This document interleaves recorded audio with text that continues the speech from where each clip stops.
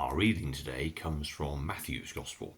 It's Matthew chapter 15 and verses 1 to 9. The context of this reading is that it follows straight on from last week's reading with a small interlude that we've missed. Last week, you may remember, we were looking at Jesus walking on the water, and that itself following the miracle of Jesus feeding 5,000 men. Matthew's taken us on a bit of a roller coaster of the engagement of the disciples with Jesus. They had been in a boat with him when he calmed the waves and the wind in chapter 8, and that ended with the disciples saying, "Who is this man?" And when, in last week's reading, Jesus comes to them walking on the water, and Peter also walks on the water briefly, and then is saved by Jesus. They get in the boat. They say, "Truly, you are the Son of God." So the disciples have been on this fantastic journey, and the more time they spend with Jesus, the more they see what he does, the more they realize that he is God in human form. Not just a preacher, not just a healer, but somebody actually way beyond that. And what happens after that event is the boat gets to the other side of the lake. The crowds of people learn that Jesus is there, and they bring as many people as they can who are ill to him to get healing, which is the reason why, or one of the reasons why, of course, all the people gathered for the feeding of the 5,000. So now in chapter 15. Some Pharisees and teachers of the law came from Jerusalem to Jesus and asked him, "Why is it that your disciples disobey the teaching handed down by our ancestors? They don't wash their hands in the proper way before they eat." Jesus answered, "And why do you disobey God's command and follow your own teaching? For God said, 'Respect your father and your mother,' and whoever curses his father or his mother is to be put to death. But you teach that if a person has something he could use to help his father or mother, but instead says, 'This belongs to God,' he does not need to honor his father. Now in this way, you disregard God's command in order to follow your own teaching. You hypocrites. How right Isaiah was when he prophesied about you. 'These people,' says God, 'honor me with their words, but their heart is really far away from me. It is no use for them to worship me, because they teach man-made rules as though they were my laws.'"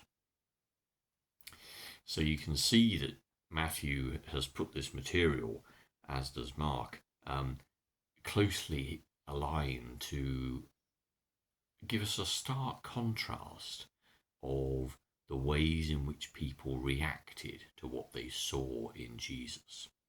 The crowds of people brought others to him for healing, and we're told that even if they touched the hem of his cloak, they were made well, and they rushed him for healing.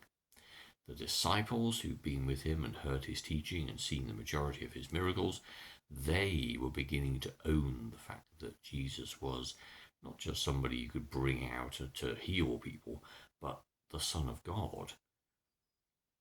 Some Pharisees and teachers of the law came from Jerusalem, the heart of the religious organization of which Jesus himself was a part. And they criticized the disciples for not following an oral tradition.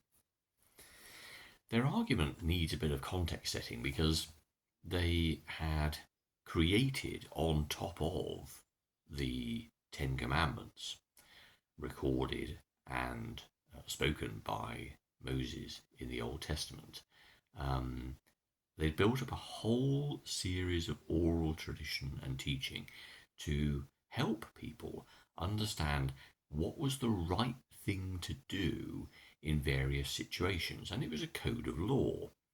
If you go back into the Old Testament and you have a look at the words that are written down in Exodus, you'll find the Ten Commandments written, of course, and number 5 is respect your father and mother. Now, that's the overriding teaching that God gave to the people of Israel. But on top of that, they'd also written other things. Whoever curses his father or mother is to be put to death. And that falls within the context of a reading that has lots and lots and lots of reasons why people should be put to death and why they shouldn't be, and some very, very questionable stuff in today's day that really is interesting. But they built the whole thing on top of that, and that was because of their own desire to take the priestly practices of what happened in the temple, so things like washing your hands before you give an offering, and brought them into the home. So they truly were man-made, and man in the right word, man-made rules. You could argue, quite correctly, I think, that initially put together to help people navigate the ethical and moral issues that confront us in life. Now, those are complex and extraordinarily varied and will change over time. And what Jesus comes to make plain is that no system of written or oral law is ever going to get you all the way to your own liberation, salvation, and freedom in your relationship with the living God. That's a code for moral living, which is not a bad thing, but is not it. So when the Pharisees and the teachers of the Lord come and they criticize Jesus' disciples for not washing their hands in the way that their current context prescribes that one should, Jesus reminds them that this is all just made up stuff. It's just stuff that they've produced, as I say, being charitable to try and help people, but actually it's not important in the grand scheme of things. In fact, it's not important in any scheme of things, really, and that's what Jesus is there to say. You'll remember that he said to people, "Come to me, all of you who are tired from carrying heavy loads, and I will give you rest." And he meant tired from carrying those religious burdens, those laws and practices which you feel you've got to do, that weigh you down, when in fact, of course, all you've really got to do is look around you and understand how real and close and personal is the God who made you and loves you, and to accept that God into your lives. And that ticking boxes and fulfilling practices may be helpful in a spiritual discipline. I mean, many people today find it helpful to have a disciplined rule of life, and certain things that they can say, that's, here I stand. But at the same time, life is incredibly varied, and new issues and problems confront us every single day. No book of law, no oral tradition is ever going to be a manual for being alive. There's no Haynes manual for life maintenance that teaches you all these different things. When we look at the Bible, and sometimes people say, oh, it's all you need to know to live, I think they sometimes feel that it's tied up in all the laws and regulations. But of course, the Bible can be and is all you need to know, but wrapped up perhaps just simply in the words of the Great Commandment. Love the Lord your God with all your heart, your mind, your soul, and your strength, and love your neighbour as yourself. There, in that 2-step teaching, which was already there in the Old Testament, but repeated by Jesus, is all you need to know. Put God at the centre of your life and stop living for yourself. Stop thinking that you are the centre of the universe, that you control everything, that you are somehow, that your version of reality, what you see and understand in your brain, is the ultimate truth, that is it, there's nothing else to see, and that everybody else's view is somehow wrong. Stop doing that and start understanding that it is God who's at the centre of all things. And also, of course, take that liberating grace and turn it into action. Love your neighbour as yourself. It's very, very simple to say, and it does cover everything, even though the everything may be extremely unpalatable and maybe something that you'd really rather not do. But we know what it means. And when you're confronted with another human being who is in need, love them as yourself. It's clear what our actions should be, though we may not like it, and we prefer to have some rules and regulations.